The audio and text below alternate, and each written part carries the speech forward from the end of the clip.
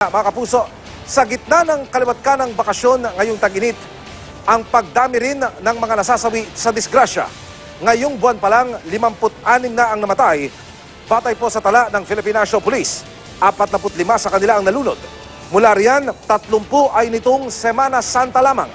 Gaya ng 16 anyos na estudyanteng si John Marvin Hizola na nalunod nitong Sabado de Gloria sa Mantagcob River sa Magsaysay, Occidental Mindoro. Hinala ng mga kaanak ni Hizola. Hinika siya kaya nahirapang huminga. Umaga naman ng Biyernes Santo nang makita ang bangkay ng isang lalaki sa isang resort sa Tanza, Cavite. Lagpas 8 oras na siyang hinahanap ng mga kaibigan dahil nawala noong madaling araw hanggang makita ng mga taga-Coast Guard ang kanyang palutang-lutang na labi. 2 pagkalunod din ang naitala sa Calaca at Calatagan, Batangas noong Huwebes Santo. Dahil diyan, iminungkahi ni PNP Chief General Oscar Albayalde na isama ang swimming skills sa kurikulum sa mga paaralang wala pa nito. 8 naman sa mga namatay ay na-aksidente sa kalsada. Iminungkahi rin ni Albayalde na paigtingin ang kampanya sa kaligtasan sa daan at pag-aralang muli ang disenyo ng mga kalsada.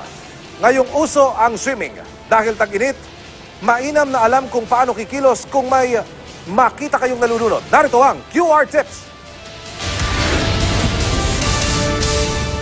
Para iwas lunod, payo ng Department of Health, dapat nasa kondisyon ang katawan at marunong lumangoy. Kung hindi marunong, huwag pumunta sa malalim na parte ng dagat, ilog o pool. Bago lumusong, i-check muna kung may lifeguard sa lugar. Iwasan na rin lumangoy kung mag-isa lang, gabi na o madilim o kung nakainom.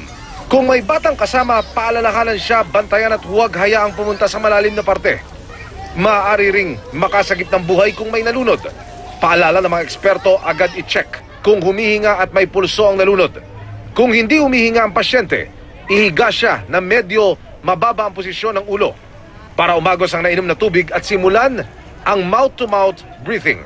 Kung walang pulso, tignan kung may injury siya. Kung marunong mag-CPR o cardiopulmonary resuscitation, agad siyang bigyan ito. Agad din siyang dalhin sa pinakamalapit na ospital.